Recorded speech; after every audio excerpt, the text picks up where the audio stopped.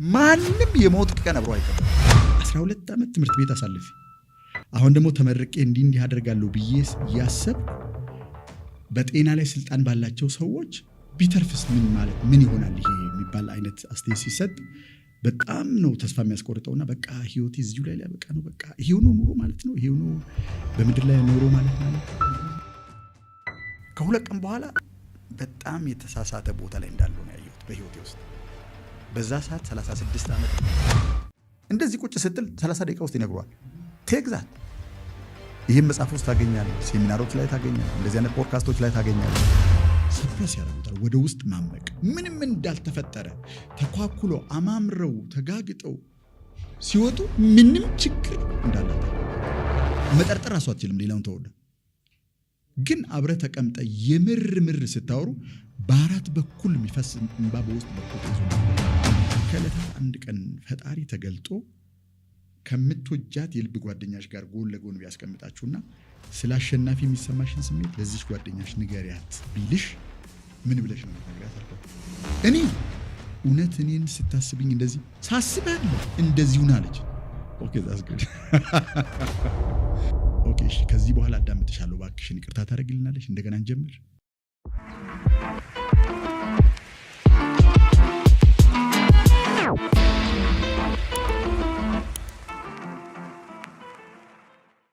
ሰላም ጤና ለእናንተ ይሁን።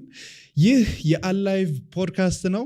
በዚህ በፖድካስት ቆይታችን የመጀመሪያውን ሲዝን አጠናቀን ዛሬ ሁለተኛውን ሲዝን የምንጀምርበት ቀን ነው። ባለፉት 2 ወራቶች ከ12000 በላይ ሰብስክራይበሮችን እናንተን ድንቅ የሆናችሁ ቤተሰቦች አፍርተናል። አሁን ደግሞ የተለያዩ እንቁ የሆኑ እንግዶችን በጣም ብዙ የምንማርባቸውን ወደዚህ እየጋበዝን ጥያቄዎችን እየጠየቅን የምንሄድ ይሆናል። ይሄ ብቻ ሳይሆን በዚህ ፕሮግራም ላይ የተለያዩ ኮንተንቶችን ወደ እናንተ ልናደርስ ዝግጅታችንን አጠናቀናል። ከእናንተ የሚጠበቀው ሰብስክራይብ ማድረግ ብቻ ነው። ሰብስክራይብ አድርጉ። የተለያዩ የሚያስተምሩ፣ የተለያዩ የሚያዝናኑ፣ የተለያዩ እውቀት የሚሰጡ ኮንተንቶችን ወደ እናንተ እያደረስን የምንሄድ ይሆናል። እዚህ ፖድካስት ላይ መጥቶ ሐሳቡን የተማረውን ያሳለፈውን መንገድ እንዲያጋራን የምታስቡትን ሰው ኮመንት አድርጉልኝ። ወደዚህ ፖድካስት ቁም ነገር ለማየት ለመማር የመጣችሁ ሰዎች ከሆናችሁ ሰብስክራይብ በማድረግ ቤተሰብ ይሁኑ። በዛሬው ቆይታችን ሁላችሁም ስጠይቁኝ እንደነበረው አቶ አሸናፊ ታዬ እዚህ መጥቶ የህይወት ልምዱን የተማረውን ያለፈበትን መንገድ ሊያካፍለን አብሮን ይገኛል። እጅግ በጣም አድርጌ ነው የማመሰግነው ጋሻሼ እንግዳ የሆነ ያለፍክበትን የህይወት ልምድ ከዛም ደግሞ ባለፈ በጣም ማከብረው ሰው ጋር ቁጭ ብሎ ማውራት ለኔ ህልም ነበር። ዛሬ ግን ተሳክቶ እዚህ ቦታ ላይ እንደዚህ በማውራታችን የምር ስሜቴን ነው እየገለጽኩ ያለሁትና እጅግ በጣም አድርጌ ነው የማመሰግነው። እግዚአብሔር ያክብርልኝ። ቀጥታ ወደ ፖድካስታችን እንግባና አንድ ጊዜ ስለ ጤንነት ሁኔታ ስታወራ ሰማሁኝና ምን ስትል ነበረ? እኔ ከሞት የተረፍኩኝ ሰው ነኝ፣ ለጥቂት ነው ያመለጥኩትኝ አይነት ነገር ስታወራ ሰማሁና ጋሻሼን ምን ነበር ያጋጠመው ብዬ ማወቅ ፈለግኩኝ። ምን ነበር ያጋጠመ? ይሄ የሆነው አብርሽ መቼ መሰለ? በ1995 እንደ ኢትዮጵያ አቆጣጠር የባህር ዳር ዩኒቨርሲቲ የቴክስታይል ጋርመንት እና ፋሽን ዲዛይን ቴክኖሎጂ ኢንስቲትዩት የ5ኛ ዓመት ተማሪ ነበርኩ። 5ኛ ዓመት ማለት ደግሞ መመረቂያ ዓመት ማለት ነው። በዛ ሰዓት አእምሮዬ ውስጥ የነበረው ነገር ምንድን ነው? ከተመረቅኩ በኋላ የማደርጋቸው ነገሮች ምን እንደሚሆኑ፣ በተለይ ከእናቴ ህይወት ጋር በተያያዘ እድሜ ልኬን እንቆቅልሽ ሆኖብኝ የኖረ በአቅም ማጣት ምክንያት ብቻ ያልተፈታ፣ በተለይ ወደ አንድ ነገር ሳመጣው ለረጅም ጊዜ በሚያፈስ ጣሪያ ስር ነው ስትኖር የነበረው። እኔም በዛ አይነቱ ህይወት ውስጥ ያለፍኩትና እንቅልፍ ይነሳኝ የነበረውን ይሄን ነገር ጣሪያ ባለው ቤት ውስጥ እንድትኖር ትንሽም ብትሆን ባደርግ እያልኩ ብዙ ነገር አሰላ ነበር። አሰላለሁ፣ አወጣለሁ፣ አወርዳለሁ። በዚህ መካከል 1ኛ ሴምስተር ሊገባደድ አካባቢ ላይ በጣም አመመኝ እና ግቢ ውስጥ ባለው ሕክምና የተቻለውን ያህል ተሞከረ መሻሻል እንዲመጣ እና ወደ ትምህርት የተመልሼ ክላሶችን አቴንድ እንዳደረግ ማድረግ አልተቻለም። ስለዚህ ወደ ፈለገ ሕይወት ሆስፒታል ሪፈር ተደረግኩ። ከዛ በኋላ የዛን ቀን ትዝ ይለኛል የተወሰኑ እንትኖችን አዩና ኦፕሬት መደረግ እንዳለብኝ ታወቀ። ኤክስሬይ የተለያዩ ነገሮችን ወሰዱና በዚህ በቀኝ ሳምባዬ ውስጥ በጣም ለአይን የሚያስቸግር ወደ ጥቁረት የሚያደላ አይነት ቀለም ያለው ፈሳሽ ነበርና የወጣው ልክ እሱን ወስነው ወደ ኦፕሬሽን ሩም ስትሬቸር ላይ በጀርባ ያስተኝተው እያስገቡኝ እንደዚህ ወደ ውስጥ እየገባን በኋላ በኩል ማለት ነው ከእግሬ በኩል ሆነው ወደዚህ እየገፉኝ በኮርነር ላይ ከኔ በቀኝ እጅ በኩል 2 ሰዎች ቆሞ ነበር። እኔ በዛ ሰዓት ምንድን ነው የማየው መሰለህ? ይሄ ሰመመን ውስጥ ያለ አይነት ሰው ነኝ። አይኖቼ ክፍት ናቸው ግን አላይም። ጥላ ነው እንጂ የማየው ሰዎችን አላያቸው። ከዛ በኋላ የሴቷን ድምፅ ይሰማ ነበር። ወንድና ሴት ናቸው ሐኪሞቹ። ሴቷ ምንድን ነው የምትለው? ያለሁበትን የዛን ቀኑን ሁኔታ አይታ ነው እንደዛ የምትለው። አሁን ይሄ ቢድን እንኳ ግን የሚጠቅም ነገር ሊሆን ይችላል፣ ቢተርፍስ ምን ይጠቅማል አይነት ነገር ነው የምትለው። ከዛ በኋላ እንግዲህ በሽርፍራፊ ሰከንዶች ውስጥ አእምሮ ውስጥ የሚመጣው ነገር ምንድን ነው? 12 ዓመት ትምህርት ቤት አሳልፌ አሁን ደግሞ ተመርቄ እንዲህ አደርጋለሁ ብዬ እያሰብኩ በጤና ላይ ስልጣን ባላቸው ሰዎች ቢተርፍስ ምን ማለት ምን ይሆናል ይሄ የሚባል አይነት አስተያየት ሲሰጥ በጣም ነው ተስፋ የሚያስቆርጠውና በቃ ህይወቴ እዚሁ ላይ ሊያበቃ ነው፣ በቃ ይሄው ነው ኑሮ ማለት ነው፣ ይሄው ነው በምድር ላይ ኖሮ ማለት በዛ ሰዓት ላይ ነው እንደዛ ያሰብኩ ነበር። ጥቂት ሰከንዶች እኮ ናቸው። ከዛ ወዲያውኑ ነው ወደ ኦፕሬሽኑ የተጀመረው። ግን አእምሮዬ ውስጥ ይመላለስ የነበረው በአፌ አልናገርም፣ ውስጥ ለውስጥ የማወራው እና ሳወራ በቃ መኖር ማለት ይሄው ነው ወይ ነው። እዚህ ምድር ላይ መጣው፣ ተማርኩ፣ ጨረስኩ። አእምሮዬ ውስጥ የነበሩ መሳካት የሚገባቸው ህልሞች ነበሩ። የቄንጥ አይደሉም፣ በጣም መሰረታዊ ነገር ናቸው። ህይወት እዚሁ ላይ ነው ወይ የሚጠናቀቅ፣ እዚሁ ላይ ነው ወይ የሚያበቃው እያልኩኝ በጣም በውስጤ ይህ ሁለተኛ እድል እንደው ቢሰጠኝ ከፈጣሪ ጋር የሆነ ዲል የማድረግ አይነት ነገር አለ አይደለ?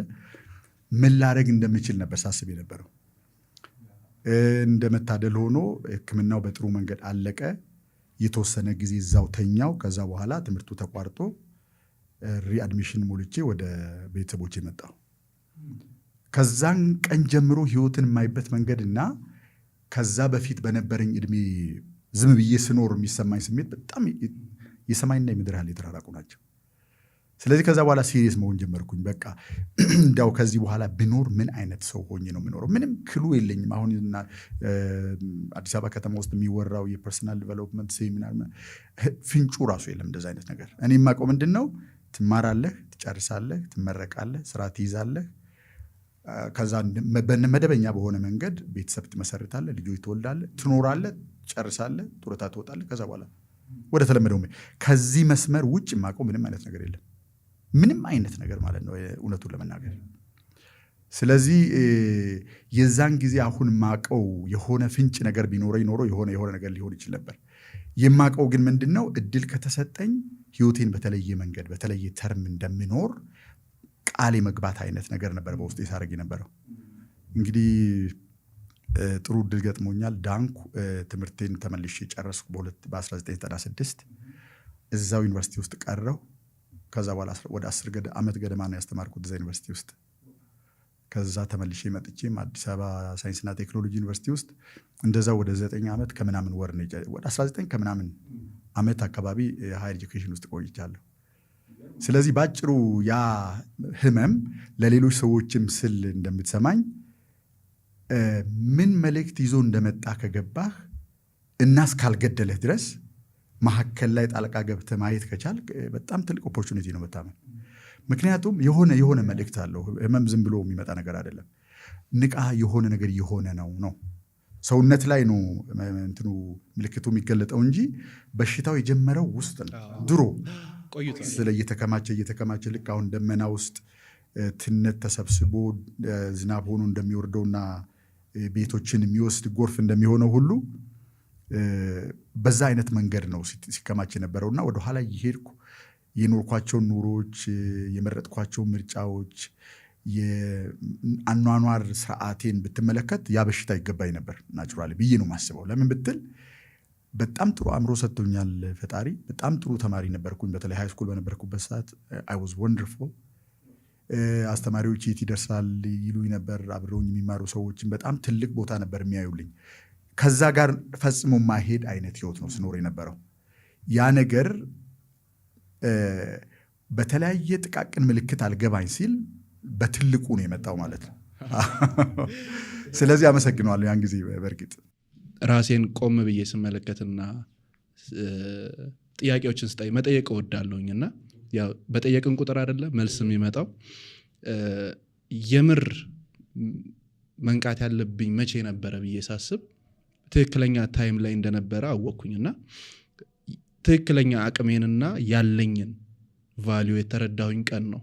በቃ ብዙ ነገሮች እንደ ብርሃን ግልጥ ብሎ ይታዩኝና የጋሻሼ መቼ ነበረ ልክ እንደዛ ብዙ ነገሮች ተገልጸው የታዩ በቃ የኔ ህይወት እዚህ ጋር ነው መቀየር ያለበት ያልክበት ጊዜ መቼ ነበር? ሐምሌ 3 1996 ተመረቅን።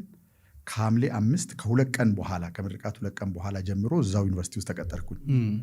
ከዛ የኔ መረዳት የነበረው እንደነገርኩ አንድ መስመር ነው ማቀው ቶሎ ብዬ ማስተርሴን ብሰራ ከዛ በኋላ ፒኤችዲን ብሰራ ከዛ በኋላ የፕሮፌሰርሺፕ መንገዱን ተከትዬ ብሄድ በዓለም ላይ መሆን የሚገባኝ ሰው ሆናለሁ ነው። በእርግጥም መሆን ይቻል ነበር። ከዛ በኋላ ግን ስራ ይዤ አንዳንድ ነገሮችን ማድረግ ጀመርኩ። ለእናቴ ያችን ቤት ሰራው በመጀመሪያው ዓመት። ቀጥሎ ባለው ዓመት ለማስተርስ ሄድኩ። ተመልሼ ስመጣ ህይወት በተለየ መንገድ እንደሚለወጥ ነው ሳስብ የነበረው። ከዛ ይባስ ተብሎ ምን መጣ መሰለ? በተመለስኩበት ዓመት በኢትዮጵያ ውስጥ ካሉ ዩኒቨርሲቲዎች 10ዎቹ ተመርጠው በውጭ አገር ፕሮፌሰሮች እየተመሩ የቴክኖሎጂ ኢንስቲትዩቶች እንዲሆኑና አገሪቷን ስፒርሄድ እንዲያደርጉ ለማድረግ ከጀርመን ተራድኦ ድርጅት ጋር የተያዘ ፕሮጀክት ነበር። እዛ ፕሮጀክት ላይ ዩኒቨርሲቲ ውስጥ ከነበሩ የስራ ቦታዎች በተለየ ኢንስቶል የተደረገ አንድ ዩኒት ነበረ። የቴክኖሎጂ ሽግግር ኦፊስ ይባላል። በዛ ሰዓት በዛ ኢንስቲትዩት ውስጥ የመጣው ጀርመናዊ ፕሮፌሰር ጠራኝና አንድ ቀን አቶ አሸናፊ የሆነ ሀሳብ ነበር ለአንተ ላቀርብ የፈለግኩት አለና ልክ እንደኔና እንዳንተ ፊት ለፊት ተቀምጠን የሆነ ወረቀት በስቴፕላር የተያዘ 2 ወረቀት ሰጠኝ። ከዛ የመጀመሪያውን አየሁት። ላጨኝ ቦታ ምን ስራ መስራት እንደሚጠበቅብኝና በደሞዜ ላይ ምን ያህል ገንዘብ ቶፕ አፕ እንደሚደረግ ምናምን የሚገልጽ ነው። ሳየው በጣም ነው ደስ ያለኝ። በማስተርሱ ምክንያት የመጣ ለውጥ አለ። ይሄ ደግሞ ሲጨመርበት በቃ ላይፍ ኢስ ኮምፕሊትሊ ቼንጅድ የሚል አይነት ትልቅ ኤክስፔክቴሽን ነበር። ከዛ በኋላ እሱም ሆነ ወዲያው ደግሞ በጥቂት ጊዜ ውስጥ ዩኒቨርሲቲ ውስጥ ቤት አገኘሁ። ዩኒቨርሲቲ ውስጥ የመንግስት መኖሪያ ቤት ማለት ነው። እዛው ማለት ነው። እዛው ግቢ ውስጥ ባህር ዳር ነው። ባህር ዳር ዩኒቨርሲቲ ውስጥ ፖሊ የሚባል ካምፓስ አለ፣ እዛ ግቢ ውስጥ ማለት ነው። ከዛ በኋላ ቤት ተሰጠን። እሱ ደግሞ ሌላ ነገር ነበር። ምክንያቱም በዛ ሰዓት ቤት ተከራይቶ ሌሎች ወጪዎችን ሸፍኖ በጣም ስለሚከብድ ቤት ተሰጠኝ ማለት በጣም እኔ ከጠበቅኩት በላይ ጥሩ የሆነ ቤት ነው ቤቱ የነበረው። እዛ ውስጥ እየኖርኩ ተጨማሪ 2 ነገሮች ተጨምረው ህይወት በጣም ይለወጣል ብዬ ነው ኤክስፔክት ያደረኩት፣ ብዙ ሰዎች እንደሚያደርጉት ማለት ነው። ከዛ በኋላ 4 ነገር ላይ ስታክ አደረኩ። ጤንነቱ አልተሻሻለም። በፊት የጀመረው ብዙም የተስተካከለ ነገር የለም። አንድ እሱ ነው። ሁለተኛ ከሚስቴ ጋር የተጋባ ነው በጨረስኩ ቀጥሎ ባለው ዓመት ላይ ነው። ከዛ በኋላ ልጅ ተወለደ። ማስተርስ ተመልሼ ስመጣ ይስሐቅ የሚባል ልጅ ወለድን። ግንኙነታችን ሊቋረጥ ጫፍ ላይ እንደዚህ በቃ ሊበጠስ የደረሰ አይነት ጫፍ ላይ ነበር የነበረው። እሱም ከፍተኛ የሆነ ድባቴ ይሰጠኝ ነበር። አልፈለግኩም ልጄን እኔ ባደኩበት መንገድ ማሳለፍ። ምናልባት ጊዜ ካለን በደንብ አወራለሁ ስለዛ። ሶስተኛው እዛው ግቢ ውስጥ ስለሆነ ያለሁት ከምኖርበት ቤት ወጥቼ ቢሮዬ ለመግባት 2 ደቂቃ ወይም 3 ደቂቃ ነው የሚፈጀው። እዛው ነው ያለው። ስለዚህ የተለመደው ኑሮ ምንድነው? ጠዋት ወጣለሁ፣ እስከ 6 ሰዓት ሰራለሁ፣ ምሳ በልቼ እመለሳለሁ፣ እስከ 11 ሰዓት ገደማ ሰራለሁ፣ ተመልሼ መክሰስ በላለሁ፣ ከዛ እንደገና ተመልሼ እገባለሁ፣ እስከ 8 ሰዓት እስከ 9 ሰዓት አመሻለሁ። በአማካይ የማደርገው ነገር ነው። በሚቀጥለው ቀን ጠዋት መነሳት እስኪያቅተኝ ድረስ ነው የምሰራው። ግን ቀኑ እየዋለ እያደረ ሲሄድ እያመጣሁት ያለሁትን ውጤትና እያወጣሁት ያለሁትን ልፋት ሳመዛዝን በጣም የተራራቁ ናቸው፣ አይገናኙም። ስለዚህ ቆይ ይህን ያህል እንቅልፍ አጥቼ እየሰራሁ አለኝ የምለውን ነገር በሙሉ እዚህ ነገር ላይ ኢንቨስት እያደረግኩኝ ለምንድን ነው ውጤት ማላመጣው? ከዛ በኋላ ግን የመጣብኝ ጥያቄ ምንድነው? ኦኬ ምንድነው ማምጣት የምትፈልገው? ጥያቄ ምንድነው ማምጣት የፈለግከው ውጤት? መሆን የፈለግከው ሰው ምንድን ነው? የለኝም ለዛ ነገር ምላሽ። ከዛ ሁሉ ይባስ ብሎ አንድ ቀን ከምሽቱ 8 ሰዓት ገደማ ይሆናል ሌሊት የስኮላርሺፕ ፎርም እየሞላሁ ነበረ። ፒኤችዲ ለመስራት ስኮላርሺፕ እየሞላሁ ነው። ሳውዝ ኮሪያ ነው አስታውሳለሁ ቦታውን። ስም አሸናፊ ታዬ፣ ጾታ ወንድ፣ ማሪታል ስታተስ ያገባ ምናምን ይልና ታች ወርዶ ዲቨሎፕ ያደረግከው ታለንት ይላል። ምን ነበረ? nothing። ብዙ የሞከርኩት ነገር አለ። ለማሳቅ ያህል ወደኋላ እየሄድኩ ብዙ ነገር ልነግርህ እችላለሁ። ግን ያሳደግኩትና ከአማካይ ወጣ ያለ ለሌሎች ሰዎች ማሳየት የሚችለው ምንም ያዳበርኩት አንድ ታለንት የለም። አንድም። ከዛ ቁጭ ብዬ ማሰብ ጀመርኩ። አይኔን ጨፈንኩ፣ ከፈትኩ፣ አልመጣልኝ አለ። ከዛ ገባሁና ሌሊቱ ሙሉ ማሰብ በቃ ተውኩት ፎርሙ እዛ ጋር በቃ። ምክንያቱም ቀጥሎ የሚጠይቀኝ የሚይዘው አይነት ነገር ነው። ስለዚህ ቆይ ሰው ይሄን ያህል ዓመት እዚህ ምድር ላይ ኖሮ አንድ የሚጠቅሰው ታለንት፣ አንድ የሚጠቅሰው ዲቨሎፕ ያደረገው ነገር እንዴት አይኖርም? እሱ ደግሞ ሌላ በጣም ትልቅ ጥያቄ ጨመረብኝ። ከዛ በኋላ መጠየቅ የጀመርኩት ጥያቄ ምንድን ነው? ቆይ እዚህ ዓለም ላይ ያለሁት ምን ለማድረግ ነው? ባጭሩ እንደ ማንኛውም ሰው ምግብ እበላለሁ። ጎዳና ላይ የሚኖሩም ሰዎች ምግብ ይበላሉ። ማለት በሰው ልጆች የዚህ ዓለም አቆጣጠር ዝቅተኛ ነው የምትለው ኑሮ ውስጥ ያሉ ሰዎች ሜኑ ይለያይ እንጂ ሬሲፒው ይለያይ እንጂ ምግብ ይበላሉ፣ ልብስ ይለብሳሉ። ከዛ በኋላ በቃ ህይወት ሙሉ በሙሉ ትርጉም አልሰጠኝ አለ። ከዛ ከዕለታት አንድ ቀን ስኬታማ ሰዎችና ስኬታማ ያልሆኑ ሰዎች መካከል ያለው ልዩነት ምንድን ነው የሚል አይነት አሁን በትክክል አላስታውስም፣ ቃል በቃል ዩቲዩብ ውስጥ ገባሁና ጥያቄ ጠየቅኩ። ጥያቄው ያመጣልኝ የመጀመሪያው ቪዲዮ ወደ 9 ደቂቃ 10 ደቂቃ አካባቢ ርዝመት ያለው ነው። ማን ነበረ? ስሙን ቦዘር አላደረኩም። ገብቼ ማየት ሲጀምርን እንደዚህ ነው። ካሜራው ሜዳ ውስጥ የሚጫወቱ ህፃናት ላይ ያደርጋል። ካሜራው ትኩረቱ ያለው ማን ላይ ነው? የሊቨርፑል አይነት ቀይ ማሊያ የለበሱ ታኬታ አድርገዋል፣ ገንባሌ አድርገዋል፣ ጫማ አድርገዋል። እውነተኛ ሜዳ ውስጥ ነው ያሉት። አሰልጣኝ አላቸው። ከዛ በኋላ መካከላቸው ላይ ኳስ ያስቀምጥና ተጫወቱ ይላቸዋል። ምንም በቃ ሌላ ኢንስትራክሽን የለም፣ ተጫወቱ ነው የሚላቸው። ከዛ መጫወት ይጀምራል። ኳሱ ጋር የደረሰው በሙሉ ይመታታል። ከዛ ሮጦ የቀደማት ደግሞ ወደዚህ ይመልሳታል። እንደዚህ እየለፉ እያለ ከተወሰነ ሰከንድ በኋላ በሜዳው ጠርዝ ላይ የምታልፍ ውሻ ያሳያል። ከተጫዋቾቹ መካከል የተወሰኑ ልጆች ተከፍለው ውሻውን ተከትለው ይሄዳሉ። ከዛ የነሱ ህይወት እዛው ላይ ያበቃና ካሜራው ወደ አንድ አዛውንት ሰው ያመጣል። ይህ አዛውንት ሰው ምን ይላል መሰለ? ገረማችሁ አይደል? እነዚህ ልጆች ይለፋሉ፣ ይወጣሉ፣ ይሮጣሉ፣ ይመታሉ፣ አንድም ግብ ግን የለም። ይባስ ብለው ደግሞ የኳስ ጨዋታው አካል ያልሆነውን ነገር ሲያደርጉ ማያችሁ አይደል? አብዛኛው ነፍስ አወቅ ሰው እዚህ ዓለም ላይ የሚኖረው በዚህ መንገድ ነው ይላል። በጣም ትኩረቴ ሳበኝ። ከዛ ማዳመጥ ጀመርኩ። የኔን ህይወት መጥቶ አይቶ ሰልሎኝ ተደብቆ መጥቶ ለዓለም ሪፖርት የሚያደርግ አይነት ነገር ነው ስሜት፣ የተሰማኝ ስሜት። የኔን ህይወት ነበር የሚያወራው። ይለፋሉ፣ ይወጣሉ፣ ይወርዳሉ፣ ይጥራሉ፣ ብዙ ነገር ያደርጋሉ፣ ግን ውጤታቸው ተደምሮ አንድ አይሆንም የሚል አይነት ነገር ነው የሚያወራው። እወዝ አባው ማን ቢሆን ነው ይሄ ሰው ብዬ ቪዲዮን ወደኋላ ስክሮል አየሁት። ስሙ ማን እንደሆነ ዶክተር ስቲቨን ካቬ ይላል። The 7 Habits of Highly Effective People እዚህ ከተማ ውስጥ በአማርኛ ተተርጉሞ አለ መጽሐፉ። ይሄን መጽሐፍ የሚገርምህ ነገር ይሄ ያ ቀን ይሄ አሁን የምነግርህ ቀን ምሽት ከመምጣቱ በፊት ከ8 ወር ቀድሞ አንድ ቬሪክ ስኪክ የሚባል ጀርመናዊ ከኛ ጋር የቴክኖሎጂ ትራንስፈር ኦፊስ እንደ ኮረስፖንደንት በጂአይዜድ እየተላከ የሚመጣ የነበረ ሰው ማለት ነው። እሱ ወደ ሞሮኮ ለእድገት ሲሄድ የመጽሐፉን የውስጥ ገጽ ገልብጦ እዛ ላይ ጽፎ አንድ መጽሐፍ ሰጥቶኝ ነበር። መጽሐፉ ምንድነው የሚለው? መጽሐፉ ላይ ምንድነው የሚለው? ይኸውልህ አሸናፊ፣ እውነት ገቢህን መለወጥ ከፈለግ፣ የቤተሰብህን ህይወት መለወጥ ከፈለግ፣ ደስተኛ መሆን ከፈለግ ይሄን መጽሐፍ አንብበው። እኔ ከስጦታ ሁሉ ይሄን የሰጠሁ ይለውጣል ብዬ ስላሰብኩኝ እባክህን አንብብ የሚል ነው። የዛን ቀን ተቀብዬ ይሄ ሩልድ ወረቀት የለም መስመር ያለው ወረቀት፣ በሱ ሸፍኜ ጠርዤ ከሌሎች አካዳሚክ መጽሐፍቶች ጋር አስቀምጬ ረስቼዋለሁ። ያን ቪዲዮ ላይ ስም ሳይ ይሄን ስም አውቀዋለሁ፣ የት እንደማውቀው ነው የጠፋኝ። ሳስብ መጽሐፉ ላይ ያለ ገብቻ ወጣሁት። ከዛ ማንበብ ጀመርኩኝ። 2 ቀን እስትንፋሴ እየተቆራረጠ ነው ሳነበው የነበረው። የት ነበር መሄድ የነበረው? ጣና ዳር ላይ ለእግረኛ ተብሎ የተሰራ መንገድ አለ። የእግረኛው መንገድ የሚያልቅበት ቦታ ላይ ብዙ ሰዎች አይደርሱ። እዛ ጋር ደርስና ውሃው ሸሽቶ ያገጠጠ ድንጋይ አለ።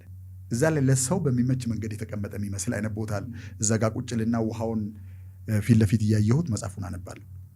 ከ2 ቀን በኋላ በጣም የተሳሳተ ቦታ ላይ እንዳለው ነው ያየሁት በህይወቴ ውስጥ። በዛ ሰዓት 36 ዓመት እድሜ ላይ ነው ያለሁት። ከዛ በኋላ እውነት አሁን እዚህ መጽሐፍ ላይ የተጻፈው ነገር የሚሰራ ከሆነ ይህን ፕሩቭ ማድረግ አለብኝ አልኩ። የቅርቡ ፕሩቭ ማድረግበት ቦታ ደግሞ ከኔና ከሚስቴ መካከል ባለው ግንኙነት ላይ ነው። እጅ ላይ ያለው ማለት ነው። የዛን ቀን ገባሁና ከተለመደው መንገድ ወጣ ባለ መንገድ ቁጭ አልኩና 11 ሰዓት ላይ አልሄድ አልኩ። በፊት መክሰስ ቶሎ ብዬ ወደ ቢሮ የምመለሰው ግራ ገብቷታል። ምንድን ነው ምናምን ትላለች። ከዚያ አማጥኩ፣ ቃላት ፈለግኩ። መጨረሻ ላይ ዛሬ ራት እንድንበላ ፈልጌ ነው አልኳት። ራት ሳንበላ አድረን እናውቃለን እንዴ? ምንድን ነው የተለየው ነገር? ምክንያቱም አልጠበቀችም እንደዚህ ይሆናል ብላ ማለት ነው። አይደለም ልጆችን አንይዝም፣ እኔና አንቺ ብቻ ወደ ከተማ ወጥተን ራት እንበላለን፣ የምናወራው ነገር አለ። ከዛ በፊት እንደዚህ አይነት ነገሮች ነበሩ? አንድም ቀን የለም እንደዚህ አይነት ነገር። ከዛ በኋላ የሆነ ነገር እየሰራች ነበር ኪችን ቶፕ ላይ። እሱን እርግፍ አድርጋ ተወችና ወደ እኔ መጣችና እንደዚህ ከስሬ ቆማ ቆይ እሺ ሰላም ነው አይደል አለች። ማለት ምን ተፈጥሮ ነው? አንዳንድ ጊዜ ያላለ ሰው ተስፋ ሲቆርጥ ወይ ሐኪም በቃ አንተ ትሞታለህ በዚህ ቀን ሲባል ከመቅጽበት ደግም የሆኑ ሰዎች ይሆናሉ። ሰዎች ብዙ ጊዜ እንደዚህ አይነት ነገር ሲገጥማቸው የዛ አይነት ነገር ነው የመሰላት። አይ እንደምንም አሳመንኳት፣ ይዣት ሄድኩኝ። ቁጫል ማውራት ጀመር። እንዲያው በህይወትሽ ውስጥ ከዕለታት አንድ ቀን ፈጣሪ ተገልጦ ከምትወጃት የልብ ጓደኛሽ ጋር ጎን ለጎን ቢያስቀምጣችሁና ስለ አሸናፊ የሚሰማሽን ስሜት ለዚች ጓደኛሽ ንገሪያት ቢልሽ ምን ብለሽ ነው የምትነግሪያት አልኳት። እኔ አዎ አንቺ ግትር ግግም ያለ ሰው የሚለው ሰው ያለውን የማይሰማ የሰዎችን ስሜት የማይረዳ ድንቁር ያለ እያለች ቀጠለች። በጣም ብዙ ረጅም። እውነት እኔን ስታስብኝ እንደዚህ ሳስብ አይደለም እንደዚሁ ናለች። ኦኬ ዛስገድ ሳስብ ሳይሆን ያየሁት ነው ይሄ። ኦኬ እሺ ከዚህ በኋላ አዳምጥሻለሁ እባክሽን ይቅርታ ታደርግልናለሽ እንደገና እንጀምር እሺ አለች። ጀመር። ከዚህ በፊት ለብዙ ዓመት ሲንከባለል የመጣ ትልቅ የተደቦለቦለ የህይወት ልምድ አለ። እሱን እንደምንም እያማጥኩ እየዋጥኩት ማዳመጥ ጀመርኩ። አንዳንድ ጊዜ መካከል ማደፍረስ አይነት ስሜት እየተሰማኝ እንደምንም እየታቀብኩኝ ሰማኋት። 15 ቀን ወደ ጫጉላ ጊዜ የተመለስን ያህል ተግባባን። ከ15 ቀን በኋላ በፊት ከነበረን ጥል የሚበልጥ ደግሞ ሌላ ደረጃ ያለው ጥል መጣ። ከዛ በኋላ ሌላ ጥያቄ መጠየቅ ጀመርኩኝ። በዚህ መካከል ምንድን ነው ያደረኩት መሰለ? በዚህ መካከል ልክ ይሄ ነገር 15 ቀን እንደሚሰራ ሳቅ 15ቱ ቀን ሳያልቅ መካከል ላይ ከዛ ከነበርኩበት ኦፊስ ሪዛይን አደረኩ። ደብዳቤ አስገባው። ከዚህ በኋላ ይህም ቢሮ አልሰራም፣ ሰው ይዘጋጅለት ምናምን የሚል ነገር 1 ወር ተሰጠኝ የመዘጋጃ ጊዜ። ከዛ በኋላ ያን ቦታ ለቀኩት። ከሙሉ ከዩኒቨርሲቲው ማለት ነው። ከዩኒቨርሲቲው የቴክኖሎጂ ትራንስፈር ኦፊሰር ነበር የነበርኩት። እሱም ቦታ ለቀኩት። ማስተማር ብቻ ሊሆን ስራዬ ማለት ነው። ሁለቱንም ነበር የምትሰራው? ሁለቱንም የምሰራው። በኦፊሱ ፋንታ የሚቀነስልኝ የትምህርት ሎድ አለ። ከዛ ውጭ ግን ሁለቶቹንም ሰራ ነበር። ከዛ በኋላ ሙሉ በሙሉ ስራዬን ይሄንኑ አደረግኩት። እንዴት መለወጥ በጣም ጣፈጠኝ። ምክንያቱም በህይወቴ ውስጥ እንዲህ አይነት አማራጭ አለ ብዬ አስቤ የማላውቀው ነገር ስለሆነ። ከዛ በኋላ ለምንድን ነው ስቲክ ማድረግ ያልቻልኩት? ለውሳኔ ለመረጥኩት የህይወት አይነት ጥሩ ነው፣ መርጠናል፣ ወደናል ሁለታችንም። እኔም ልባለኝ እሷም ልባላት። ለምንድን ነው መጽናት ያልቻልነው? እሱን መጠየቅ ሲጀምር ደግሞ መካከል እንግዲህ ብዙ ነገር አለ። እያሳጠርኩኝ ነው። ዶክተር ማክስዌል ማልትዝ መጽሐፍ አገኙ። ሳይኮ ሳይበርኔቲክስ የሚለው መጽሐፍ ማለት ነው። እሱ ደግሞ ከዚህ በፊት በህልም እንኳ እውነት ሊሆን ይችላል ብዬ ያላሰብኩትን ነገር አየሁ እዛ ውስጥ። ሳይኮ ሳይበርኔቲክስ ባጭሩ ምንድን ነው? ሰዎች መስተዋቱ ፊት ሲቆሙ አካላዊ ማንነታቸው መስተዋቱ ውስጥ እንደሚያዩት፣ በውስጥ በኩል ደግሞ የሚያዩት ሌላ የሚያዩበት መስተዋትና ሌላ የሚያዩት መልክ እንዳለ፣ ያ የውስጥ መልክ እስካልተለወጠ ድረስ የምታገኘውን ገቢ፣ ከሰዎች ጋር ያለህን ግንኙነት፣ ጤንነትህን፣ ጠቅላላውን ህይወትን መለወጥ እንደማትችል የሚያሳይ ነው። ልክ እሳት እንደሚበላ ባለፈው ሬዲዮ ሲያወራ I was consuming it like fire። ልክ ስጨርስ አወኩ። ከዚህ በፊት ችግሩ የሚመስለኝ የሚስቴ ወይም የአለቃይ ወይ እንደዛ ነው የሚመስለኝ በአእምሮ ውስጥ ባላወራውም ወደኋላ የሄድኩኝ መተንተን ጀመርኩኝ። የራሴን ህይወት እንዴት እንደምውል፣ ምን ቋንቋ እንደምጠቀም፣ እንዴት ከሰዎች ጋር ምን እንደማድረግ፣ ምን ሲሉ ምን እንደምል እሱን ሳይ ማጥናት ጀመርኩ። መጽሐፉ ትክክል ነው። መጽሐፉ ትክክል ነው። ከዛ በኋላ እሷን ተኩና በራሴ ለመስራት ጀመርኩ። ግንኙነቱ ስቴብል ሆነ። የሆነ ቦታ ላይ ጀምሮ የሚቋረጥ ወይም ወጥቶ የሚወርድ አይነት ሳይሆን ኮንስታንት ሆነ። ጥሩ፣ በጣም ጥሩ የሚባል አይደለም፣ ግን ተሻሻለ በፊት ከነበረበት ደረጃ። ከዛ በኋላ ቀጠልኩ። በኋላ የተወሰነ ጊዜ ሄድንና ህልሜን ፈልጌ መኖር እስከምችል ድረስ ከዛ ቦታ ሙሉ በሙሉ መልቀቅ እንዳለብኝ አየሁ። በነገራችን ላይ የለቀኩት አካባቢውንም ጠቅላላውን ነገር ለቅቄ የተለየ አይነት ስሜት እንዲሰማኝ ነው እንጂ ከሰራሁባቸው መስሪያ ቤቶች እጅግ በጣም ወደው መስሪያ ቤት የባህር ዳር ዩኒቨርሲቲ ነው። በጣም ጥሩ ሊደርሺፕ፣ ጥሩ አብረሃቸው የምትሰራ ሰዎች የነበሩበት ቦታ ነው። ስለዚህ ከዛ ጋር የሚገናኝ አይደለም። እኔ በተለየ ከባቢ ውስጥ ራሴ ማድረግ ፈለግኩ። ጓደኛ አልፈለግኩም። ሌላ የሚጠላልፈኝ ነገር አልፈለግኩም። ለብቻዬ ሆኜ ከራሴ ህይወት ጋር መጋፈጥ ፈለግኩ። ከዛ በኋላ አዲስ አበባ ሳይንስና ቴክኖሎጂ ዩኒቨርሲቲ መጣው። ምንድን ነው ማድረግ የጀመርኩት መሰለ? የሆነ ነገር አነባለው፣ ተግብሬ ያለው ጤንነቴን ሙሉ በሙሉ አስተካከልኩት። ሙሉ በሙሉ ተስተካከለ። ግንኙነቴ ሙሉ በሙሉ ተስተካከለ። በማደርገው ነገር ላይ ያለኝን ትርጓሜና ደስታ አስተካከልኩት። አሁን ይሄ ምን ሞራል ሰጠኝ መሰለህ? ኦኬ እንደዚህ ከሆነ ይሄ ነገር ትልቅ የህይወት መንገድ ሊሆን ይችላል ብዬ አሰብኩ። ከዛ በኋላ አዲስ አበባ ሳይንስና ቴክኖሎጂ ዩኒቨርሲቲ ውስጥ ወደ 7000 ተማሪዎች አሉ። ተዘግተው የሚውሉ አዳራሾች አሉ። ለምን ቴስት አላደርገውም? በሌላ ሰው ህይወት ላይም ይሄ ነገር ሊመጣ ይችላል። በነገራችን ላይ ከሰዎች ጋር ሻይ ቤት ወይም ሌላ ቦታ ወይ ስብሰባ ላይ ስንቀመጥና እንደዚህ ሰዎች ኢጓቸውን ረስተው የእውነቱን ሲያወሩ እሰልላለሁ። እንዲህ ነው የሚኖሩት፣ ምንድን ነው የሚያስቡት? የእውነቱን ምንድን ነው የሚያስቡት ብዬ ባየ ቁጥር ምንድን ነው መሰለህ፣ ሁሉም ሰው ልብ ውስጥ ያለውን ራዕይ ካለመኖሩ የተነሳ ፔን ነገር አለው፣ ግን ያድበሰብሱታል ወይም ደግሞ በአመክንዮ ይሸፍኑታል፣ እያወቁት እውነቱን ማለት ነው። እሱን ሳይ ኦኬ የአብዛኛው ሰው ችግር ከሆነ ይሄ ነገር ለምን ለውጥ ማምጣት እንደሚችል ለምን ቼክ አላደርገውም? እኔ ባመጣሁት ውጤት እሱን ፓኬጅ አድርጌ ሌሎች ሰዎች ላይ የሚያመጣውን ነገር ለምን አላይም አልኩኝ። ሴሚናሮችን ማካሄድ ጀመርን። የሚገራርም ውጤት መምጣት ጀመረ። ከዛ ቀጥሎ ግጥምጥሞሽ የሚመስሉ ግን ራዕዩን ለማሳካት የሚጠቅሙ ነገሮች መከሰት ጀመሩ። ለምሳሌ ልክ እዚህ እንደመጣን ከባህር ዳር ይዘናት የመጣናት ትንሽ ገንዘብ እንግዲህ ከዛ ላይ ተቆጥቦ ማለት ነው ያመጣናት ገንዘብ ስንመጣ ወጪያችን በእጥፍ ነው የጨመረው። ገቢያችን በግማሽ ነው የቀነሰው። ኦልሞስት በጣም የሚገርም ምዝሪ ውስጥ ነው የገባ ነው። እዚህ ከመጣን በኋላ እስከምን ድረስ መሰለ? የዛን ጊዜ የአዲስ አበባ ሳይንስና ቴክኖሎጂ ዩኒቨርሲቲ ሰርቪስ ከመገናኛ አደባባይ ነበር የሚያነሳ። እኔ ከሰሚት ኮንዶሚኒየም እመጣና መገናኛ አደባባይ ላይ ይዛለው። በሰዓቱ እሱ ዩኒቨርሲቲ ያደርሰናል፣ ማታ እዛ ይመልሰናል። ስለዚህ ማታ ደግሞ ከዛ ወደ ቤት እንሄዳለን ማለት ነው። በወሩ መጨረሻ ላይ 7 ቀን 8 ቀን ሲቀር 5 ሳንቲም ጊዜ ውስጥ አይኖርም። ስለዚህ ምንድነው ማድረገው? እንደምንም አብቃቅቼ ጠዋቱን ስለማልደርስ በእግር የታክሲ አትርፌ ይመጣና እሳፈራለሁ። ማታ ግን ጊዜ ስላለኝ ወደ ቤት ሄዳለሁ።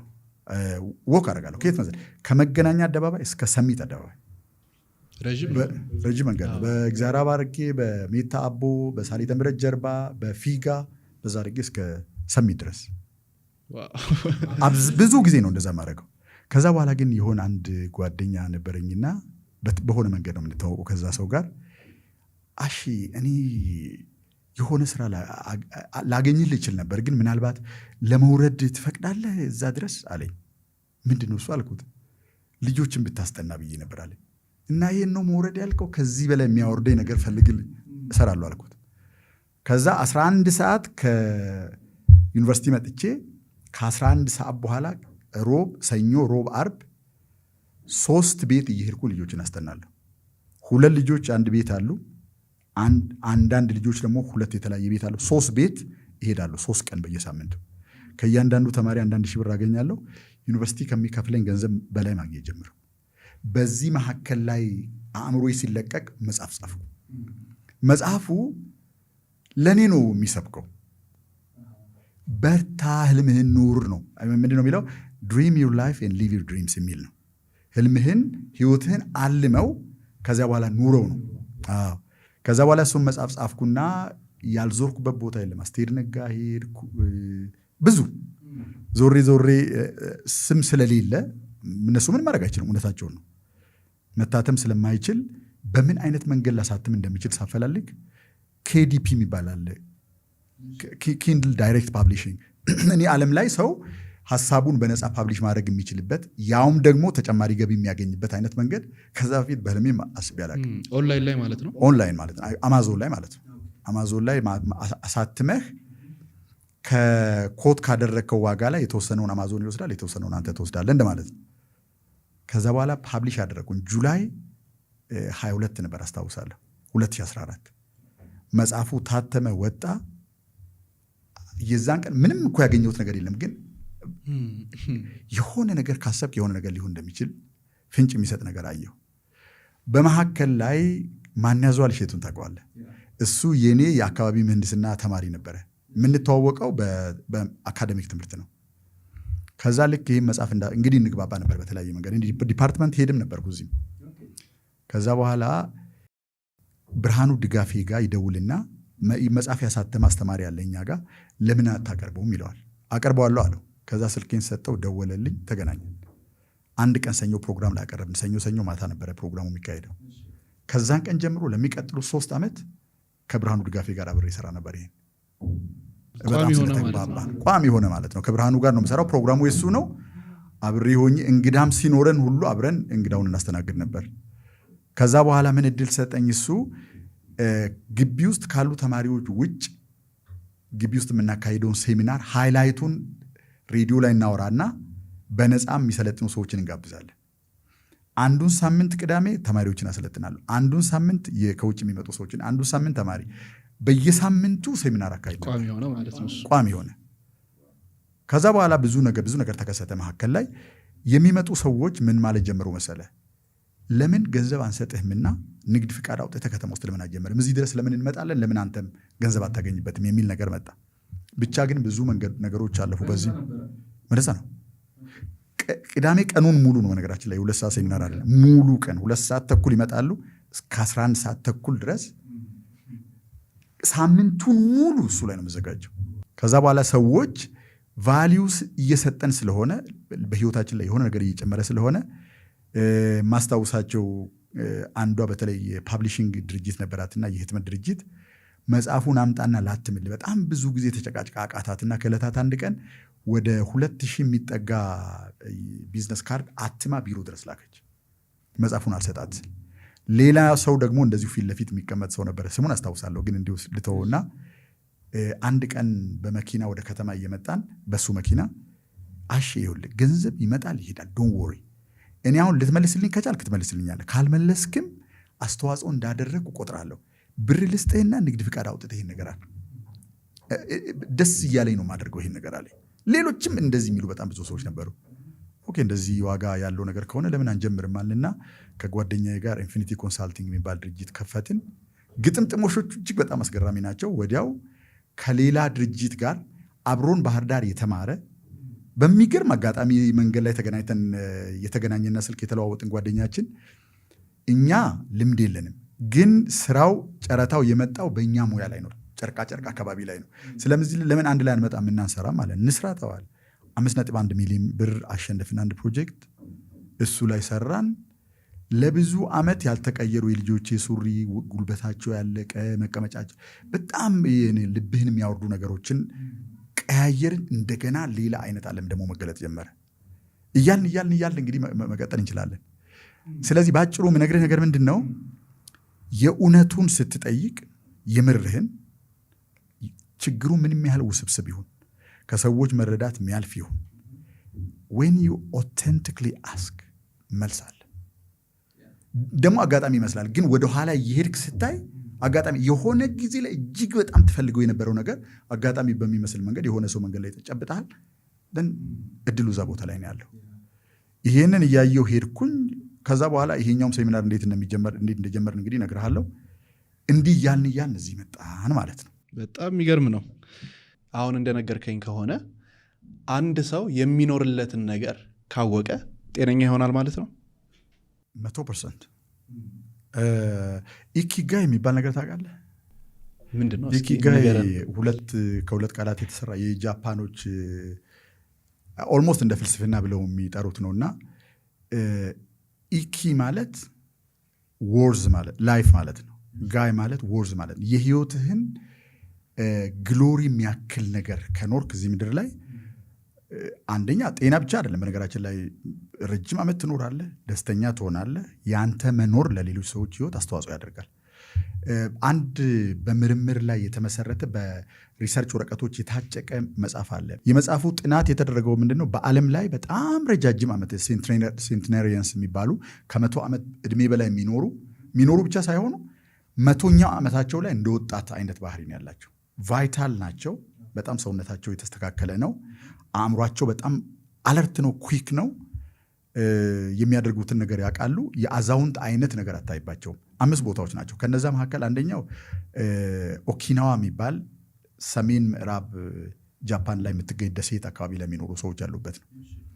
እነዚህ ሰዎች የሚታወቁበት አንዱ ባህሪ ምንድን ነው? እየሰሩ ውለው እዛው አንድ ዛፍ ተደግፈው ሊሆን ይችላል የሚሞቱት። ምንም አይነት ነገር ዳያግኖስ ሳይደረጉ ማለት ነው። ረጃጅም ዓመት ነው የሚኖሩት። ምንድን ነው እንደዚህ አይነት ረጅም ዕድሜ የሰጣቸው ተብሎ የተጠና ጥናት የተጻፈበት ነው። አሁን ሊጠቅስልህ ያሰብኩት መጽሐፍ አንደኛው ፐርፐዝ ነው። ፐርፐዝ ማለት የሚኖሩለትን ነገር ያውቃል። ዛፎች ሲኮተኩቱ በነገራችን ላይ እያንዳንዷን ቅጠል ያውቃሉ። በዛፉ ላይ ያሉት ልክ ምን እንደማለት ነው? እንደ ህዝብ ነው የሚያገለግሉት። አንድ ዛፍ የሚያደርጉት ነገር በሙሉ በጣም ኢንቴንስ ነው። በጣም ትርጉም የሚሰጣቸው ነገር ላይ ነው ህይወታቸውን ኢንቨስት የሚያደርጉት። በማህበር ነው የሚኖሩት። ገንዘብ መመለስ ሳይገባው የተቸገረ ሰው ካለ አዋጥተው ገንዘብ በመስጠት ሴፍ የሆነ አይነት ከባቢ ውስጥ የሚኖሩ ሰዎች ናቸውና አንደኛው ከተጠኑ ነጥቦች መካከል አንደኛው ፐርፐዝፉል ናቸው። ፐርፐዝፉል ናቸው ማለት ህይወታቸውን ይገባዋል ለሚሉት ነገር ነው ኢንቨስት የሚያደርጉት። ከዛ ውጭ አይኖሩም። ምንም ጥርጥር የለውም። ኦኬ ሶ ታዲያ እንዴት ሰዎች መለወጥ ይፈልጋሉ፣ ነገር ግን የሚፈልጉት አይነት ውጤት እዛ ጋር አይደርሱም? ጤነኛ መሆን ይፈልጋሉ፣ ጤነኛ አይሆኑም፣ ወይንም ጤነኛ ሲሆኑ አይታይም። አብዛኛው ሰው ሰውነታቸውን ማስተካከል ይፈልጋሉ ብዙ ሰዎች፣ ነገር ግን ሰውነታቸው እያስተካከሉ እንዳልሆነ ስለሚሰማቸው ውጤቱም ልክ እንደዛው ነው። ለምንድን ነው ይህን ያህል ለውጥ ከባድ የሆነው?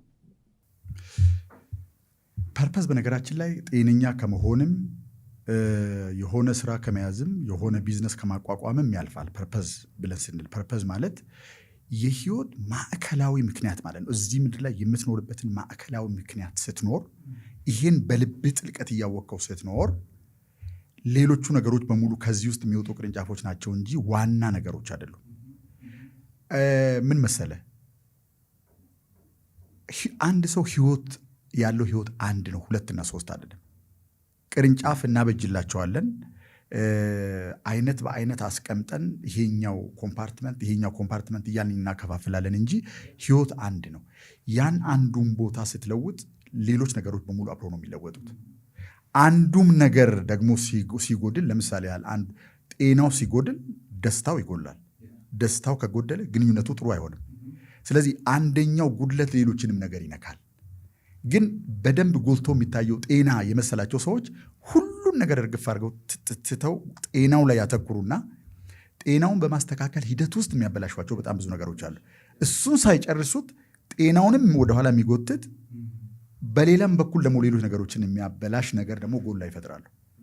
በተለይ በገንዘብ ላይ ይሄ በጣም በጣም ግልጽ ተደርጎ ይታያል። ጠቅላላ ነገራቸውን ከፍለው ገንዘብ ሁሉን ነገር እንደሚገዛ በማሰብ ህይወታቸውን ኢንቨስት ያደርጋሉ። ሰዎች እምነት ያጎላሉ፣ ቤተሰባቸውን ይበትናሉ። ስለምንም ኬር ሳያደርጉ ገንዘብ የሚባለውን ነገር አሳደው ያሳቁታል። አካውንታቸው ውስጥ ብዙ ገንዘብ አለ። ከውጭ ስታያቸው የሚያስደምሙ ቤቶች ውስጥ ይኖራሉ። የሚገራርሙ ቬሂክሎች አሏቸው፣ መኪኖች አሏቸው። ብቻ ግን ብዙ አሻንጉሊት በህይወታቸው ውስጥ አለ። ቀርበህ በትክክል የሚኖሩትን ህይወት ስታይ ለማስመሰል የሚፈልጉትን ሳይሆን የምሩን መሬት ላይ የሚኖሩትን ህይወት ስታይ ከዛ ጋር የተለያየ ነው። ለመሰለ ህይወት ፐርፐዙ ነው መጀመሪያ መምጣት ያለበት እንጂ የሆነ ነገር ሳገኝ ይሄን ሞላበታለሁ፣ የሆነ ነገር ሳገኝ ይሄን ሞላበታለሁ በሚሉ ነገሮች መበታተን ከጀመር ፐርፐዝ የሚባለው ነገር ሙሉ በሙሉ ይጠፋል። ለምሳሌ ቢዝነስ አቋቁማለሁ አለ አንድ ሰው። በጣም ፊት ለፊት ላይ ያለው ምክንያቱ ገንዘብ ያስገኘዋል፣ ቤተሰብ ያስተዳድርበታል፣ የሚፈልገው ነገር ያደርጋል። ይሄ በቃ ግልጽ ስለሆነ ጥያቄ አይጠይቅም በዚህ ላይ። ከዚህ ውጭስ ሌላ ምክንያት አለው ቢዝነሱን ያቋቋመው? ካሉ 9 ሚሊዮን 10 ሚሊዮን አማራጮች ውስጥ ለምን ያን ቢዝነስ አቋቋሙ? ዋትስ ዘ ፐርፐስ? የሚኖረውን ላይፍ ስታይል ለምንድን ነው የመረጠው? አሁን የሚኖረውን የህይወት መንገድ፣ አዋዋሉን፣ አስተዳደሩን፣ ጓደኞቹን፣ የሚኖርበትን የሚውልበትን ሰፈር ለምንድን ነው የመረጠው? ፐርፐስ ማለት ለእነዚህ ነገሮች በሙሉ ቅርጽ የሚሰጥ ነገር ማለት ነው። አንድ በአንድ እየገነጠለን ህይወትን ማየት ከጀመርን ግን ይበታተኑና የትኛውን እንደምንይዝ ግራ ነው የሚገባል። ከዛም በላይ ደግሞ በሌላ በኩል ምን አይነት ነገር አለ መሰለ፣ ሰዎች በህይወታቸው ውስጥ ችግር ከመጣ በኋላ ፊክስ ወደ ማድረግ ከሄዱ የተበላሸን ነገር ፊክስ ለማድረግ ስለሆነ የሚሰሩት እኩል ሆኖ ነው የሚጀምሩት ከዛ ጋር። ምን ማለት ነው? አካውንት ውስጥ ያለውን ገቢ መጨመር ላይ ትኩረት አድርገህ ከሰራህ አካውንት ውስጥ ያለው ገንዘብ ቁጥሩ ሪል ነው አይደል? እሱን ታውቀዋለህ። ግን የማታውቀው ሌላ ቁጥር መጨመር ነው የፈለግከው። ሪሉ ከሪሉ ላይ አልነቀል ይላል አእምሮ። ስለዚህ ያንን ምናብ ውስጥ ያለውን ዓለም መፍጠር እጅግ በጣም አስቸጋሪ ነው። ጤናም እንደዚሁ ነው፣ ግንኙነትም እንደዚሁ ነው። እነዚህን ነገሮች በሙሉ ለጊዜው ለቀቅ አድርገን ወደ ውስጥ ተመልሰን ጠቅላላ ነገራችንን ምሉዕ በሆነ መንገድ የሚያሟላንን ነገር ስናስብ እነዚህ ነገሮች በየመንገዳቸው እየተስተካከሉ ይሄዳሉ። አንድ በአንድ አታክ ማድረግ አያስፈልግም። በነገራችን ላይ የህይወት ግቦችን አንተ በውስጥ በኩል ደህና ስትሆን ጤንነት ደህና ይሆናል፣ ገቢ ይጨምራል፣ ከሰው ጋር ያለ ግንኙነት ይጨምራል። አክቹዋሊ ከሰው ጋር ያለህን ግንኙነት ብቻ ብታስተካክል ከገቢ ጋር ያለ ግንኙነት፣ ከገንዘብ ጋር ያለ ግንኙነት በአብዛኛው ይስተካከላል ደፍኒትሊ። ምክንያቱም ዝም ብለህ ስትመለከት ቢዝነስ ኢዝ አባውት ሪሌሽንሺፕ፣ በተለይ አሁን በኦንላይን ዓለም ማለት። ስለዚህ እንዴት አድርገህ የሰውን ልጅ ማኔጅ ማድረግ እንደምችል ካወቅ፣ እንዴት አድርገህ የሌሎችን ሰዎች ጥቅም ማስቀደም እንደምችል ካወቅ፣ ለኢምፓክት ከሰራህ እነዚህ ነገሮች በሙሉ በጣም ሲምፕል ነው የሚሆኑት። ግን ጤንነት ብቻ ኦኬ፣ ጤነኛ ብትሆንስ ምንድን ነው የምታደርገው ብትለው፣ አሁን ያን ሰው እሱን ተውና ባክን ጤና ነው የሚለው። ዋናው ጤና ይባላል። ዋናው ጤና ይባላል። ጤና አንድ ነገር ነው እንጂ ሁሉንም ነገር የሚሸፍን ነገር አይደለም። ስለዚህ ለምን ሆሊስቲክ አቀራረብ አይኖርም ለህይወት? ሆሊስቲክ የሆነ ለምሳሌ ሰው በእጥረት መኖር እንደሌለበት አምናለሁ። አንተን ተርፎ የምትሰጠው ነገር ሊኖርህ ይገባል። በቃ ሰው ሁሉ ሊፈልገው ይገባልም ይፈልጋልም። ሰው ጤነኛ መሆን አለብህ። ሰውነትህ ብቻ አይደለም ጤነኛ መሆን ያለበት፣ ግን አእምሮህም ጤነኛ መሆን አለበት። ስትተኛ ማትወቀስበት ሰላማዊ አእምሮ ሊኖርህ ይገባል። መንፈስህ ጽድት ያለ መሆን አለበት። ይሁን የተወሳሰበ የተጀባቦነ መሆን የለበትም። ክሊር መሆን አለበት። ስለዚህ ይሄንን በሙሉ አንድ ላይ የሚያመጣ ነገር ካልሆነ ምንድን ነው የሚሆነው? ምናልባት አንተ ላታውቀው ትችላለህ። ገጠር ያሉ ሰዎች ልብስ ይጥፋሉ። መጣፍ የሚባል ነገር ታውቃለህ? ሲያልቅባቸው የሆነ ቦታ ላይ በአዲስ ጨርቅ ወይም ሌላ ጨርቅ ከሌላ ደህና ልብስ ላይ ይቀደድና ይጣፋል። የተጣፈውና የተጣፈበት ጨርቅ በጣም የተራራቀ ዕድሜ ካላቸው የተጣፈው ጨርቅ የመቦጨቅና የበለጠ የማቁሰል እድል አለው። ምን ማለት ነው? ሊያልቅ የተቃረበ ዋና ልብስ ላይ አዲስ እራፊ ጨርቅ አምጥተህ ብትጥፍ ይቦጨቃል። ያ ልብስ አብሮ ከመቆየት ይልቅ ሰዎች ህይወታቸው በዚህ መንገድ ነው የሚሆኑት። ይጥፉታል፣ ከማስተካከል ይልቅ ይቦጭቋል። እዛም ይጣፋል፣ እዚህም ይጣፋል። ለምን ሆሊስቲክ በሆነ መንገድ አንኖርም? ገንዘብ አገኘው፣ ገንዘብ ያስፈልጋል ደፍኒት። ግን ገንዘቡን ስታገኝ በሂደቱ ጤናህን የምታጣ ከሆነ፣ ቤተሰብ የሚበተን ከሆነ፣ ግንኙነቶች የሚበለሻሹ ከሆነ፣ እምነት የምታጎል ከሆነ ገንዘቡን አገኘው አሳካሁ፣ ግን 90%ቱን ነገር ደግሞ አታል በእግረ መንገድ። እነዚህን ነገሮች ደግሞ በገንዘብ ልገዛቸው አችልም። ስለዚህ ሁሉም አንድ ላይ ለምን አይሆንም? ገንዘብ ይቅር እያልኩ አይደለም፣ አንድ ላይ ለምን አይሆንም? ሰው በዚህ መንገድ ነው መኖር ያለባቸው ብዬ ነው ማስበው። እንዴት አንድ ላይ ማድረግ ይቻላል? ለምሳሌ ምን አይነት ህይወት ነው መኖር የምትፈልገው ብዬ ብጠይቅህ ስለ ቢዝነስ አይደለም የጠየቅኩ። ዓለም ውስጥ አንተ አለ፣ አንተ የምትኖርበት ዓለም አለ። አንተና አንተ የምትኖርበት ዓለም በምን አይነት መንገድ ነው እንዲቆራኙ የምትፈልገው? አንተ ምንድን ነው የምታመጣው? ከዓለም ምንድን ነው የምትጠብቀው? ምን አይነት ትራንዛክሽን፣ ምን አይነት ኢንተራክሽን ነው የምትፈልገው ዓለም ላይ ስትኖር? በሰጠኸው መጠን ነው አይደለም ዓለም የሚሰጥህ። ምንድን ነው ምን አይነት ኑሮ ነው መኖር የምትፈልገው? ጠቅላላውን ነገር እስኪ ያሳየኝ ብዬ ብልህ በአንድ አረፍተ ነገር እንኳ ባትችል ስቶሪውን ልትነግረኝ ያስፈልጋል። ከነማን ምን አይነት ሰዎች ናቸው ጓደኞች የሚሆኑት? ያንተ ቢዝነስ ካሽ ፍሎ ምን አይነት ነው የሚሆነው? አንተን ከጠዋት መልሶ ሌሊትን አልፎ ወደ ጠዋት እስከምትመጣ ድረስ 24ቱን ሰዓት እንዴት አይነት ኑሮ ነው መኖር የምትፈልገው? ምንድን ነው የምታደርገው? ምን አይነት ላይፍ ስታይል ነው የሚኖርህ? የት ነው ጉብኝት የምትሄደው? ከአንተ ጋር የሚሰሩ ሰራተኞች እንዴት ነው አብረው የሚኖሩት? ይሄን ዝርዝር ነገር አንድ ላይ ቁጭ አድርገህ ከሰራህ የምታደርገው ነገር በሙሉ ለዚህ ግብ ነው ማገልገል ያለበት ማለት ነው። አሁን ይህን ፖድካስት እየሰራ ነው አይደለ? ኦኬ። በዚህ ፖድካስት ውስጥ የተሳተፉ በጣም ብዙ ሰዎች አሉ። ካሜራ አያቸውም። እነሱ በህዝብ በኩል ሆነው ስለሆነ እኛን የሚያዩን፣ እኛ እንታያለን። እነሱ ድምፃቸው አይታይም፣ ፊታቸው አይታይም። ግን ይሄን ነገር አብዛኛው ነገር እያደረጉ ያሉት እነሱ ናቸው። የሚያዩ ሰዎች ደግሞ አሉ። ማን እንደሆኑ እንኳን አናውቃቸውም። ስማቸውን አናውቅም። የት ሀገር እንደሚኖሩ አናውቅም። ይሄ የምናደርገው ነገር በዚህ ኢኮሲስተም ውስጥ ነው። ምንድን ነው የሚያደርገው? እነዚህን ሰዎች ምንድን ነው የሚያደርጋቸው? እዛ ያሉ ሰዎች ምንድን ነው የሚያደርጋቸው? ገዶ ሆን ብለህ አስበህበት ይህን ነገር ስታደርግ ህይወትህን ያሟላል። ለመሰል አእምሮ ውስጥ የሚቀር ምንም አይነት የባለ ዕዳነት ስሜት የለም። ዩ አር ጊቪንግ ኢት አዌይ። የሚገርም ነገር በአካል አልተያያችሁም፣ አልተጨባበጣችሁም። እዛ ያሉ ሰዎች በምን ሞቲቭ ይሄን እንደምታደርግ ያውቁት። ይሄን አረጋግጫለሁ በተደጋጋሚ ማኒፑሌት ለማድረግ ይሁን የሆነ ትንሽ ነገር አስይዘ ትልቅ ነገር ለመወጨቅ ፒፕል ኖው አስ በደንብ ያውቁናል። ስለዚህ ይሄም ነገር በፍልስፍናችን ውስጥ ይገባል ማለት ነው። ስንኖር ቤታችን ውስጥስ ምን አይነት ቤተሰብ ነው መገንባት የምንፈልገው? እነዚህ ነገሮች በሙሉ በደንብ ዲፋይን መደረግ አለባቸው። ኦኬ፣ አሁን እንግዲህ ለእንደዚህ አይነት ህይወት ገንዘብ አያስፈልገውም ወይ? ያስፈልገዋል። ግን ብዙ ገንዘብ ማግኘት ከፈለግ፣ ቤተሰብህን በጣም አንደላቀ ማኖር ከፈለግ የዚህን ዓለም ብዙ ችግር መፍታት አለብህ ማለት ነው። ምንም ሌላ ምንም ማለት አይደለም። ብዙ ነገር በፈለክ ቁጥር ኃላፊነቱን በአንተ ላይ ነው እንጂ የምታመጣው ይቻላል ማድረግ። ግን ሰዎች ኪሳቸው ውስጥ ገብተው በገዛ ፈቃዳቸው ብራቸውን አውጥተው አብርሽዬን ካብሎ የሚሰጡህና እንደምትፈልገው ኑር ሚሉህ ምን ቢሆን ነው? እነሱም እኮ የራሳቸው ጥያቄ ደግሞ አላቸው። ስለዚህ ከብር አውጥተው ከሰጡ ብር የሚያልፍ የሆነ ነገር መስጠት አለብህ ማለት ነው። ይሄ ምን ይጠይቃል? ይህን ነገር ለማድረግ በግል ባህሪ ላይ መስራት ኤቭሪ ዲቴይል ኦፍ አሁን ዓለም ላይ በጣም ትልልቅ ፖድካስተሮች የሚያደርጉት ደረጃ ላይ ለመድረስና በዛ ደረጃ ሰዎችን ለማገልገል እንቅልፍ አትኖርም። አሁን እንግዲህ እንቅልፍ ማተኛው ለምንድን ነው? ማገልገል ትፈልጋለህ።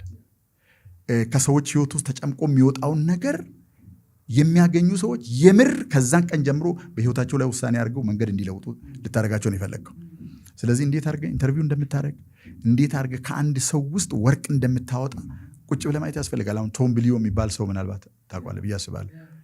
አይታል። አንዳንድ ጊዜ ይከራከራል፣ አንዳንድ ጊዜ አሮጋንት ሁሉ ይመስላል። ግን አንጠፍጥፎ እንደዚህ አድርጎ ጨምቆ ነው ለኮሚኒቲው የሚያወጣው።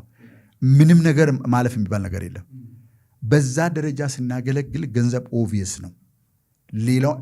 ሌላኛው ነገር ደግሞ ደስ ይላል። የምታደርገው ነገር ደስ ይላል። ደስ ካለ ጤነኛ ትሆናለህ። ጤነኛ ከሆንክ ደስተኛ ትሆናለህ። ደስተኛ ከሆንክ ገንዘብ በቃ ይሄ እርስ በርስ ተሳስረው ነው የሚሄዱት። የተሳሰረ ነገር ነው።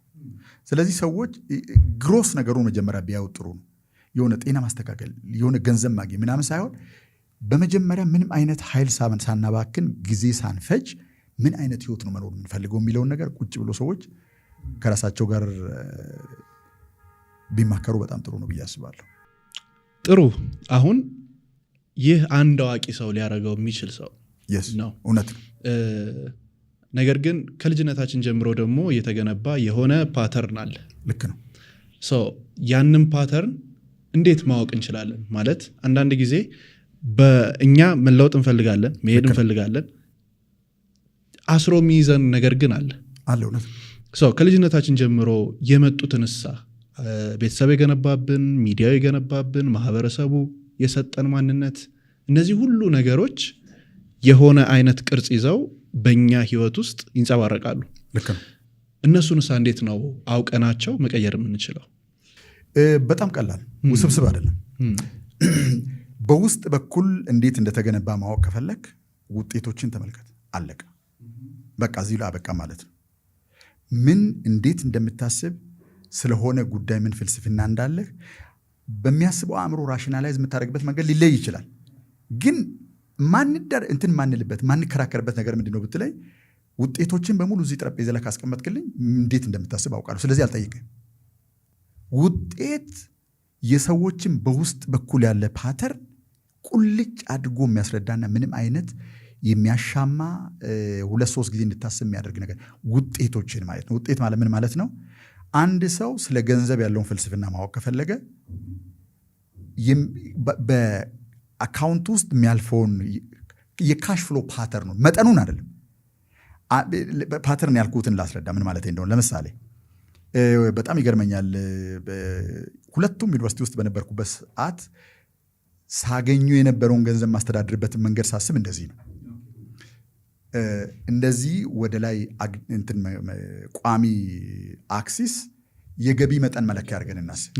በዚህኛው በአግድም በኩል ያለውን ደግሞ ጊዜ አድርገን እናስብ። ቋሚው ከአግድሙ ጋር የተገናኘበትን ፖይንት የደሞዝ መከፈያ ቀን አድርገን እናስበው። 30 ለምሳሌ የወሩ 30ኛው ቀን 30ኛው ቀን ምን ይሆናል መሰለ? ድንገት የሆነ ቁጥር ያለው ገንዘብ አካውንት ውስጥ ይገባና እዚህ ጋር ያደርሰዋል። ከዛ በኋላ ዛሬን የጀመርነው ብለን እናስብ፣ ነገሩን ሲምፕሊፋይ ለማድረግ። ከዛ በኋላ የመጀመሪያው ሳምንት ላይ በጣም ወደታች ይወርድና አክሲሱን ለመንካት ይደርሳል። ያንዳንዱ ሰው ሁለተኛው ሳምንት ላይ ከአክሲሱ በታች ይወርዳል። ምን ማለት ነው? ብድር ውስጥ ይገባል ማለት ነው። አንዳንዱ ሰው እንደምንም እየተንቀጠቀጠ አክሲሱን ሳይነካ 30ኛው ቀን ላይ ያደርሳል። የሚቀጥለው ቀን ላይ የተረፈችው ገንዘብና የገባችው ገንዘብ አንድ ላይ ሆነው ይገባሉ። በቃ ይሄን ይመስላል የሰራተኛ ደሞዝ። በየወሩ መጨረሻ ላይ የሚጎለው ሰው ከሆነ ደግሞ ምን ይሆናል መሰለህ? በወሩ መጀመሪያ ላይ የወደ ገንዘብ ገባ፣ ወሩ ሳያልቅ ከአክሲሱ በታች ይወርዳል። ለምሳሌ 100 ብር ከወረደ ከአክሲሱ በታች በሚቀጥለው ከሚገባው ብር ላይ 100 ብር ስለሚወርድ ወረድ ብሎ ነው የሚጀምረው ማለት ነው። ቀጥሎ ወረድ ብሎ ነው የሚጀምረው። ወደ አክሲሱ እየተጠጋ ነው የሚሄደው። ይሄ ፓተርን ነው። እንዲህ አይነት ፓተርን ውስጥ ያለውን ሰው ሁለተኛ ስራ እንዲሰራ ወይም ሌላ ገቢ የሚያገኝበትን ትምህርት እንዲማር ብታደርገው ህይወቱን ልትለውጠው አይችልም። ምንድን ነው ማድረግ ያለበት? መንገድ መለወጥ አለበት መጀመሪያ።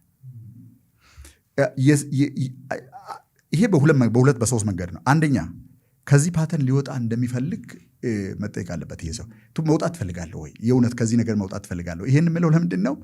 መውጣት የሚፈልግ ከሆነ አሁን ከሚኖረው የተመቻቸ ህይወት መውጣት የሚገባው ቦታ አለ። ከምቾት ውስጥ መውጣት የሚገባው ቦታ አለ። ስትወስን ሁልጊዜ ምንድን ነው የምታደርገው? 1 ሚሊዮን አማራጭ አለ። 999,999ን ትቼ እችን ብቻ ነው የምፈልገው ልትል ነው። ለዚህ ነው ውሳኔ ለብዙ ሰው የሚከብደው።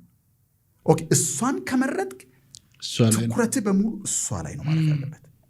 ስለዚህ ስትተኛም እሷ ናት፣ ስትነሳም እሷ ናት፣ ስትሄድም እሷ ናት፣ ስታጠናም እሷ ናት፣ ጓደኛ ስትመጥ የምታደርገው ነገር በሙሉ የሚደረገው ለዛ አንድ ነገር ነው።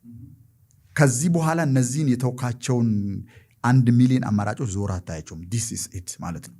ይሄን ማድረግ በአነጋገር በጣም ቀላል ነው፣ ግን ኑሮ ላይ ለብዙ ሰው እጅግ በጣም በጣም ከባድ ነው። እንዴት ነው ያንን ፓተርን መቀየር የሚቻለው? 3 ነገሮችን እናድርግ። የመጀመሪያው የሚያስፈልገው ነገር አዌርነስ ነው። የመጀመሪያው ለየትኛውም አይነት ለውጥ አዌርነስ ነው። ያለህበትን ሁኔታ መረዳት፣ በጣም ገለልተኛ በሆነ መንገድ እኛ ሳንሆን ሌላ ከውጭ ሆኖ የሚያይን ሰው በሚረዳበት መንገድ ህይወታችንን ቁልጭ አድርገን መሬት ላይ ማስቀመጥ ያስፈልጋል። ለምሳሌ ህይወትን የሚቆጣጠረው ነገር ምንድን ነው? ለመለወጥ ትምህርት ተማርኩ፣ አገር ለቀኩ፣ 10 ቦታ ሰራው፣ 16 ሰዓት ሰራው ካለ አንድ ሰው ኦኬ፣ እስካሁን የሞከራቸው መንገዶች በሙሉ አይሰራም ማለት ነው። ስለዚህ ሌላ መሞከር አለበት። ፕሪንሲፕል ነው መረዳት ያለበት። በእንደዚህ አይነት ሁኔታ ውስጥ የነበሩ ህይወታቸውን የለወጡ ሰዎች አሉ፣ ኦልሬዲ አሁን የለወጡ። ስለዚህ እነዚህ ሰዎች 10 ዓመት 20 ዓመት ታግለው ሞክረው አቅቷቸው እየወደቁ እየተነሱ የሆነ ዲስከቨር ያደረጉት ነገር አለ። ለምን የእነዚህን ሰዎች ህይወት ለማየት አይናችን በእነሱ መንገድ መስራት ላይ ይጠበቅብን ይችላል። ግን እነዚህ ሰዎች እኮ እድሜያቸውን የፈጁበት እውቀት አላቸው። እንደዚህ ቁጭ ስትል 30 ደቂቃ ውስጥ ይነግሯል። ቴግዛት ይህም መጽሐፍ ውስጥ ታገኛለህ፣ ሴሚናሮች ላይ ታገኛለህ፣ እንደዚህ አይነት ፖድካስቶች ላይ ታገኛለህ።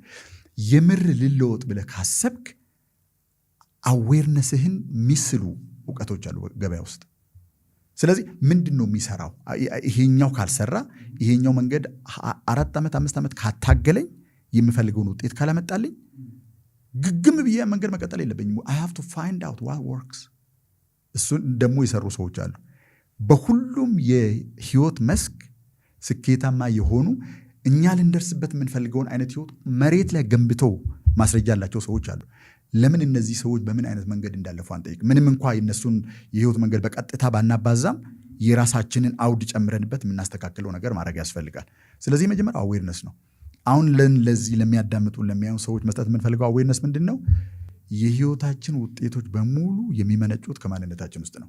ይሄ አዌርነስ ነው። ይሄ ምን ያደርገናል ማለት ነው? ኦኬ የማገኘውም ገቢ ግንኙነቶቼም እዚህ ምድር ላይ የምኖረው ኑሮ በሙሉ የወጣው እኔ ውስጥ ካለው ፓተርን ከሆነ ከነዚህ ውጤቶች ጋር መታገል የለብኝም። ሰላም እነሱን እዛው ተዋቸውና ወደዚህ ነው መጣው ማለት ነው።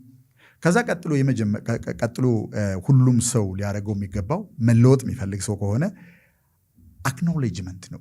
አሁን ያለውን ፋክት ባለበት መንገድ ማየት ያስፈልጋል። ባለበት መንገድ ማየት ማለት ምክንያት መስጠት፣ ሌሎችን ሰዎች ለማሳመን ድርሰት መድረስ ሳይሆን ሁልጊዜ በገንዘብ እጥረት እየተጨናነኩኝ ነው ብሎ ጽፎ ከዛ ጋር ሰላም መሆን ያስፈልግ።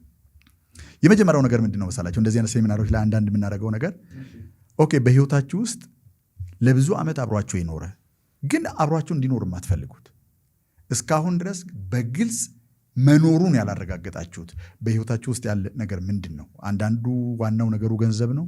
አንዳንዱ ዋናው ነገሩ ጤና ነው። የተለያየ ነገር ነው። እሱን በደንብ ጽፎ ያ ነገር ያ ፋክት ያ መሬት ላይ ያለው እውነት ምን አይነት ስሜት እንደሚሰጣቸው ማየት እጅግ በጣም አስፈላጊ ነው።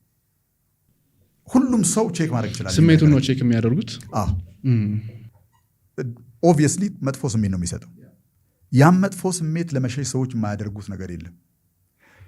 ሆይ ሆይ የበዛበት ጓደኞች ይይዛሉ። ያ ስሜት በተሰማቸው ቁጥር መጠጥ ቤት ይሄዳሉ። የሚያደርጓቸው ነገሮች በጣም ብዙ ናቸው። ግን እሱ ተመልሰ ስንመጣ ነገ የምናገኘው ከሆነ ተመልሰ ስንመጣ ከነገ ወዲያ የምናገኘው ከሆነ ማሄድ ከሆነ ለምን ቁጭ ብለን ከስሜታችን ጋር አንነጋገርም? በደንብ እንዲሰማ ለምን አናደርግም? በቃ ይኸውልህ ስሜት እንዲሰማ በገዛ ፈቃድ ራስን ከፍተ ያ ክስተት ያ የህይወት ልምድ የሚያመጣብን ወይም ደግሞ ስታስበው የሚሰማን ስሜት ቁጭ ብለህ ካስተናገድከው ከዛ ደቂቃ ጀምሮ በአንተ ላይ ፓወር የለም። ስሜቱ እንዳይሰማ ባድፈነፈንከው ቁጥር ፔን ኪለር በወሰድከ ቁጥር ግን is going to stay there የትም አይሄድም። ለዛ ነው ሰዎች ከስሜታቸው የሚሸሹት ማለት ነው። አዎ ሰዎች ከስሜታቸው የሚሸሹት በሶስት መንገድ ነው። ከዚህ በፊት ማውርተናል። አንደኛው ትቶ መሄድ ነው። ስኬፕ ነው የሚያደርጉት። በተለያየ መንገድ ስኬፕ ሲያደርግ ወይ ሱስ የሚያስይዙ ቦታዎች ይሄዳሉ፣ ወይ ጭፈራ ቤት ይሄዳሉ፣ ወይ ደግሞ የሚያሳስቁ የሚያጃጅሉ ጓደኞች አሉ፣ እነሱ ጋር ይደውሉና ከነሱ ጋር ወይ እግር ኳስ እያንዳንዷን የአውሮፓ የእንግሊዝ ፕሪሚየር ሊግ ቶርናመንት ያያሉ። ይሄ ምን ያደርጋል መሰለ? ለጊዜው ሮናልዶ ኔቱ ውስጥ ሹት ሲያደርግ የሱ ስኬት ያንተ ሆኖ የሱን አንተ የሱ ደጋፊ ሆኖ ስለሚሰማ እያሟሟቀ ጊዜህን እንድታሳልፍ ይረዳሃል። ተመልሰህ ስትመጣ ግን ሪያሊቲው ቤት ይጠብቃል። ነገም ደግሞ ተመልሰህ ትሄዳል። ይሄ ስኬፕ ነው። ስኬፕ ይኸውልህ ከአንተ አታመልጥም፣ ከእኔ ነው የምታመልጠው። እኔን አቮይድ ማድረግ ትችላለህ። አንተን ግን የትም ቦታ ይዘው ስለምትሄድ፣ ስትተኛም ይዘው ስለምተኛ፣ ስትነሳ ማብረህ ስለምትነሳ ትትኸው ልትሸሸው የምትችለው ነገር አይደለም። ይሄ ነገር ብዙ ሰዎች እንደማይሰራ እያወቁ ግን ደጋግመው ዕድሜ ልካቸውን ይጨርሱታል። አንደኛው ይሄ ነው። አንዳንድ ጊዜ ደግሞ ይሄ በሴቶች ላይ በጣም የበዛ ነው። ሰፕረስ ያደርጉታል። ወደ ውስጥ ማመቅ ምንም እንዳልተፈጠረ ተኳኩሎ አማምረው ተጋግጠው ሲወጡ ምንም ችግር እንዳላታውቅም መጠርጠር ራሱ አትችልም። ሌላውን ተወደ ግን አብረህ ተቀምጠ የምር ስታወሩ በአራት በኩል የሚፈስ እንባ በውስጥ በኩል ተይዞ እንደነበር ታያለህ። this is the reality። ስለዚህ ሰፕረስን ብታደርግ ሌሎች ሰዎች አላዩትም እንጂ ግን አንተ አይተዋል። ኦኬ ከማን ነው የምትሸሸው? አንተ ካየው ሰፕረስ ማድረግ እኮ ይሄ እኮ ማለት ነው።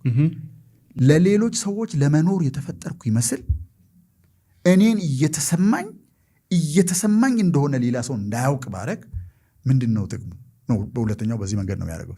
ሌላኛውና ምናልባትም ደግሞ ብዙ ግንኙነቶችን የሚያበላሸው ትዳር የሚያፈርሰው ደግሞ አግባብ ባልሆነ መንገድ ማውጣት ነው። ያ ስሜት በንዴት፣ በቁጭት፣ በጩኸት በተለያየ መንገድ ሰዎች ያወጣሉ።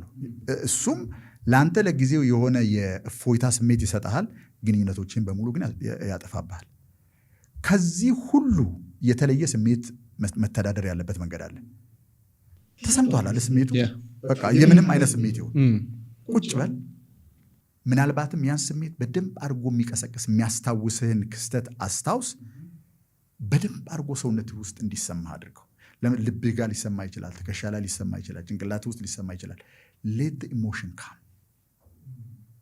ስሜት እንዲሰማ ራስን ስትሰጠው ነው ካንተ ውስጥ የሚወጣው እንጂ እንዳይወጣ ስትከለክለው አይደለም ካንተ ውስጥ የሚወጣው። ኦኬ አንደኛ ከኃላፊ ጊዜ ጋር የምትፋታበት ብቸኛው መንገድ እሱ ነው። ከኃላፊ ጊዜ ጋር መፋታት ከፈለግ መደራደር ነው ያለብህ። ፊት ለፊት አስቀምጠ ኦኬ አሁን ይሄ ነው የሚሰማኝ፣ ይሄ እንዲሰማኝ ነው አይደል የምትፈልገው? ጀስት ጎ ኦን። ማልቀስ ካለብህ አልቅስ፣ ከተወራጭ ተወራጭ፣ የሆንከውን ሁን በዛ ሰዓት።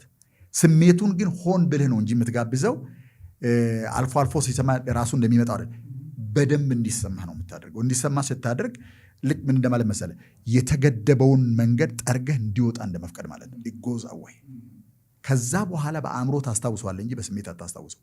በስሜት አታስታውሰው ማለት ተፋታሃል ማለት ነው። ከዚህ ደቂቃ በኋላ ስለ ሌላ ህይወት ማሰብ መጀመር ትችላለህ። በስሜት ከሆነ ነገር ጋር ተቆራኝተሃል ማለት ኢነርጂ ታስሯል ማለት ነው። ከዛ ጋር አለቀ። የሚወጣበት ብቸኛው መንገድ በደንብ ስሜቱ ነው ማስተናገድ። ስሜቱን በመሸሽ አይደለም፣ ወደ ውስጥ በማመቅ አይደለም፣ በሌላ ሰው ላይ በመልቀቅ አይደለም። you negotiate with your own emotions. that's it. ኦኬ ይሄን አደረክ። ይሄን ባደረክ ቁጥር በነገራችን ላይ አንድ በአንድ ታክል ማድረግ ትችላለህ። አንድ በአንድ ለምሳሌ ሰዎች መካከል በተቀላቀሉ ቁጥር ራሳቸውን አሸዋ ውስጥ መደበቅ የሚፈልጉ ሰዎች አሉ። ዝቅተኛ የማንነት ስሜት ያላቸው ሰዎች አሉ። ኦኬ ከሰዎች ጋር ተቀምጠን አይደለም እሱን የምናስተካክለው። ብቻዬን ስሆን ያ ጉዳይ ሳስታውስ የሚሰማኝ ስሜት በደንብ አድርጌ ማስተናገድ አለብኝ። ለምን መሰለህ? ስሜቱ እኮ እዛ ነው ያለው። በቃ አለቀ። እንዲሰማ ፈቀድክለት ማለት ሊያደርገው የሚችለው የመጨረሻውን ነገር ነው የሚያደርገው ማለት ነው። ከዛ በላይ የለም። ዲክላይን እያደረገ ነው የሚሄደው። ኦኬ አሁን እንግዲህ ከኃላፊ ጊዜ ጋር እየተፋታ ሄድክ በዚህ መንገድ። ሶስተኛው ግን ቁጭ ብለህ ምንድን ነው ማድረግ የምትፈልገው? ዲሳይድ። ቅድም እንደነገርኩ የዚህ ዓለም ትልቁ ሸክም በሰዎች ትከሻ ላይ እንደ ቶን የሚከብድ ነገር ምንድን ነው ብትለኝ፣ ያልተወሰኑ የህይወት ነገሮች ናቸው። በጣም ብዙ ኢንዲሲዥኖች አሉ በሰው ህይወት ውስጥ። እነዚህ ያልተወሰኑ ነገሮች እንደ ሸክም ነው የሚሰማ። ጠቅላላውን ሜሞሪህን ነው የሚይዙት። ስለዚህ ሌላ ነገር ለመፍጠር እንትን አይሰጡህም ማለት ነው። አላገባም ይመስለኛል። አሁን ማለት መሰለህ፣ አሁን ኢትዮጵያ ውስጥ 20 ሚሊዮን ለጋብቻ የደረሱ ሴቶች ካሉ 20 ሚሊዮን ሰዎች ፖቴንሻሊ አቬይለብል ናቸው ለአንተ። ፖቴንሻሊ አንዷ ስትመርጥ 19 ሚሊዮን 999,999 አርጎን አለቀ ማለት ነው። አንድ ስትመርጥ ሁልጊዜ አብዛኛው ነገር መንገድ ይለቃል። ሰዎች አንድ ነገር ባለመምረጥ እድሉን የያዙት ይመስላቸዋል። ግን እድሉን ይዘ ካልመረጥክ ላም አለኝ በሰማይ አይነት ነገር ነው የሚሆነው። ሁሉም አቬይለብል ይመስላል፣ ግን ሁሉም አቬይለብል አይደለም። ስለዚህ ትወስናለህ። ቁጭ ብለህ ትወስናለህ ማለት ምን ማለት ነው? ኦኬ ይሄንኑ ህይወት ልቀጥል ወይስ እኔ ይሄንን ነው ራሴን የጠየቁት ነው ወይስ የሆንኩትን ልሁን? ጎዳና ላይ መውደቅም ቢሆን ለሚ ዱ ኢት ካልክ በእግርህ ከመገናኛ እስከ ሰሚት ድረስ መሄድ ሊያስፈልግ ይችላል። ያውም ሳታማረር ደስ እያለ። ሌሎችም በጣም ብዙ ነገሮች አሉ በነገራችን ላይ እዚህ ውስጥ ቅር የሚሉ ምን ሆኜ ነው እንደዚህ የሆንኩት እንድትል የሚያደርጉ በጣም ብዙ ነገሮች ይኖራሉ። የሚመጣውን ዘመን በደንብ አድርገህ ካየኸው ግን ሌት ኢት ቢ። ቆይ ይኸውልህ ተራ ሆኖ መኖርም ዋጋ ያስከፍላል። ከተራነት ህይወት ለመውጣትም ዋጋ ትከፍላለህ። አንተን የምትመርጠው ማለት ነው። እንዳውም ተራ ህይወት መኖር በጣም ብዙ ኤነርጂ ይወስዳል። ለምን መሰለህ? እድሜ ልክ ነው። አብሮ የነበሩ ሰዎች የሆነ ቦታ ይደርሳሉ፣ ምናምን ሌላ ነገር ይፈጠራል። ዓለም ዝብርክርክ እያለ ሲሄድ አንተ እዛው ነህ። አሮን ለሰው አትነግርም። እንዳውም አለመንገር ብቻ ሳይሆን ብዙ ጊዜ ምንድን ነው የሚያደርጉ መሰለህ? ሰዎች እንደዚህ ያልሆንኩት እንደዚህ አይነት ምክንያቶች ስላሉ ነው ብለው በሱ ላይ ጥናት ያካሂዳሉ። እንዴት ቢገልጹት ለሰዎች እንደሚያሳዩ እና በጣም አሳማኝ የሆነ ፋክት ዘርዝሮ ይመጣል። ለምሳሌ አሁን ቢዝነስ መጀመር ካለ ገንዘብ ቢዝነስ ይጀመራል አይጀመርም? እና ተራ ቢዝነስ ጀምሩ የምትለው ኦኬ፣ ግን አንተ የቢዝነስ ሀሳብ አለ ያለቀ የበሰለ ግን እኮ ብዙ አማራጮች አሉ። በተለይ አሁን ኢትዮጵያ ውስጥ እንደነሱ ላሉ ወጣቶች ኢትዮጵያ ውስጥ እስካሁን ሆኖ የማያቅ እኔ እስከማቀው ድረስ ግማሽ ምዕተ ዓመት እዚህ ምድር ላይ ኖሬያለሁ። እስከማቀው ድረስ ነገ ይሆናል እንጂ እስከ ዛሬ ድረስ ለሰዎች እድል እንደዚህኛው ዘመን የሰፋበት ጊዜ የለም። ጉዳቶች አሉ። እነሱን በትክክል አውቀን ካስተናገድን ኦኬ። ስለዚህ ማመካኘት ለጊዜው ሰዎች እንዳይፈርዱብህ ምክንያት ይሰጣቸዋል። ያንተን ችግር ግን አይፈታም። ብዙ ሰዎች ይህን ነው የሚያደርጉት። አመጠው ወጥተው ወርደው ቃላት ፈልገው ከሽነው ልክ እንደ ግጥም ጸሐፊ ጽፈው ከተጠየቅኩኝ ይሄን ነገር ይሄን ነው የሚለው ብለው ያስቀምጣሉ። ይሄ ምርጫ ነው ማለት ነው። ያንኑ ጊዜንና ጥበቤን ተጠቅሜ ሌላ መንገድ ቢሞክርስ ምን ችግር አለው? let me try። ቆይ ዞሮ ከመሬት ወዴትም አይወደቅ ማለት ወዴትም አይወደቅ። ስለዚህ ብትወድቅ እንኳ ወደዛ ነው የምትመለሰው፣ ወደ ነበርክበት። ምን ነው የምትከስረው? ተምርሃል፣ ኤክስፔሪየንስ አግኝታል። በሚቀጥለው ብትሞክር ያለመውደቅ እድል ከፍ አድርገዋል። ተምርሃል ብዙ ነገር። አላሳካኸውም ማለት ወደክ ማለት አይደለም። ምክንያቱም ካልሞከረ ሰው የሚሻል የህይወት ልምድ አግኝታል። ስለዚህ እንደው ብትከስር እንኳ ብለን ብንል ወደዛ ነው የምትመለሰው፣ ወደ ነበርክበት። ስለዚህ you lost nothing። ስለዚህ ዲሲዥን ነው ሶስተኛው። እስካሁን የተነጋገርንባቸውን ሁለት ፖይንቶች ሴፍሊ ሰዎችን ማስደረግ እንችላለን። ሶስተኛውን ግን ያደርጉት ለምን መሰለህ? መወሰን ያስፈራል። የሚያስፈራው ደግሞ በአብዛኛው ሌሎች ሰዎች ምናልባት ፌል ባረግ ይሄ ውሳኔ ባይሰራ ምን ይሉኛል በሚል ነው ብዙ ሰዎች መወሰን የሚገባቸው ነገር የማይወስኑት። ተው እያሉኝ ገብቼበት ምናልባት ፌል ባረግ ይሄኛው ተው ያለኝ ሰውዬ ምን ይለኛል? እኔ ሰዎችን አከብራለሁ በጣም። የኔን የግል ህይወት በተመለከተ ግን ለሚ ሃንድል እኔ ሊያዘው ለምን መሰለህ?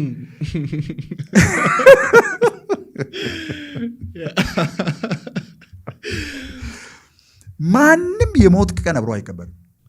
you have to do it። ስትኖርም አንተ መኖር አለብህ። ብዙ ጊዜ ሰዎች ምን ይሉኛል ብለው ነው አይደለ ብዙ ነገሮችን የማያደርጉት። ግን እኮ አንድም ሰው ስላንተ አያስብም። ስላንተ ማሰብ የሚጀምሩት እንደውም ምን ሲሆን መሰለህ? እነሱ አንተን ካስቀመጡበት ጎሬ ውስጥ ወጥተህ የሆነ ነገር ማድረግ ከጀመር everybody begins to talk about you። የዛን ቀን ነው ስላንተ የሚያወራው። እዛኛው ውስጥ ከኖርክ ማንም አያስታውስም። ምንም እንትን የሚያደርገኝ ነገር የለም ማለት ነው በሌላ አነጋገር።